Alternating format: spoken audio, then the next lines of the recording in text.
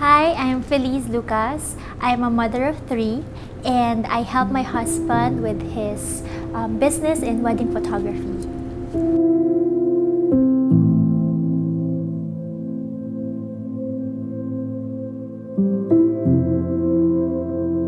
I really had a hard time in terms of mompowerment. It's actually your vulnerability. I realized vulnerability is allowing yourself to be open no matter what people will say.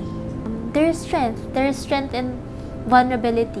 When I broke down the barriers and I was no longer concerned with what people would say or how people would think about me, or all the shame on my thoughts, because shame is a liar and a story stealer.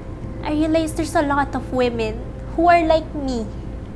They may not be moms, but there are women who are so vulnerable and broken inside. You're not, in our culture, you're not supposed to be broken. You're not supposed to be weak, and you have to tough it up. But I realized that just like the alabaster jar, the girl broke her perfume and cleansed Jesus' feet with her hair with the most expensive perfume. Everybody was saying, "Why are you allowing this girl to clean your feet?" But then Jesus looked at her with so much love. She was just so vulnerable, and because of that, what's more important is who you are in your heart. Vulnerability doesn't mean that you're a victim. Vulnerability doesn't mean that you're weak. But vulnerability is to come out in the open and seek for truth. And you don't stop seeking until you find it. That's why even if it's painful to talk about my story, I still talk about it. Because you receive messages of women who are at the verge of committing suicide, couples who want to separate, moms who feel so depressed, children who feel so abandoned by their parents. You just see how broken this world is, and they just need to know that, hey, she's broken and it's okay. But you don't need to stay broken, It's lovely to be imperfect.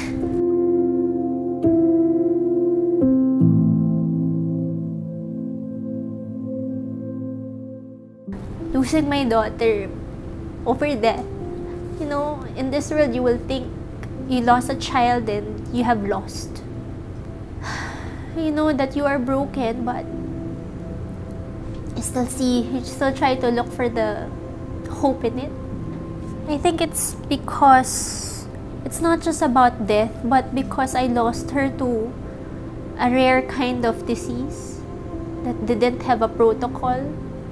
I wanted to give everything. I thought I was strong. I thought I was smart. I thought I could outsmart it. I would sacrifice everything. I did sacrifice everything just to get her alive. I didn't care anymore. I just needed to make sure that she lives. And it was hard. It was hard that you couldn't control the circumstance. It was hard that there was no treatment. It was hard that there was no cure. It's one thing to have leukemia and have a protocol, but it's another thing when you have leukemia and the doctors do not have a protocol or do not know how to treat it because it's so rare, because it doesn't respond to medicines. And it's so hard when you have to tell your daughter that you might not wake up anymore. But if you don't hear my voice anymore, you just call on Jesus and He will hear you.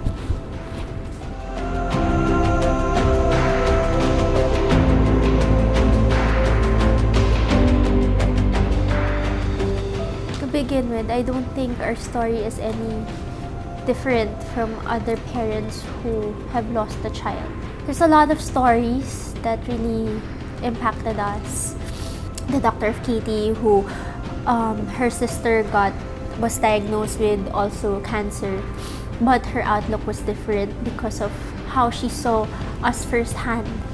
Singaporean couples who would message us, who even came to my husband and tell him that I was about to separate from my wife, but because of Katie's story, I went back to my wife and I hugged my daughter. Now we are together.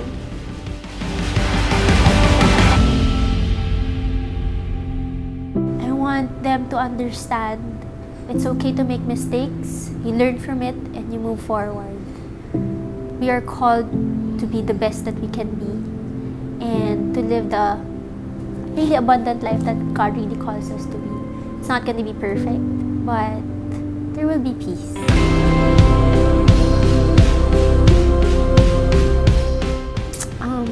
Maybe 4 things. First is to listen, not just as a mother but as a friend. To listen to others more, to hear their story. Next is to acknowledge what they are feeling, acknowledge what my son is feeling when he gets into tantrums. And then third is to teach or correct my son. And then fourth is to encourage.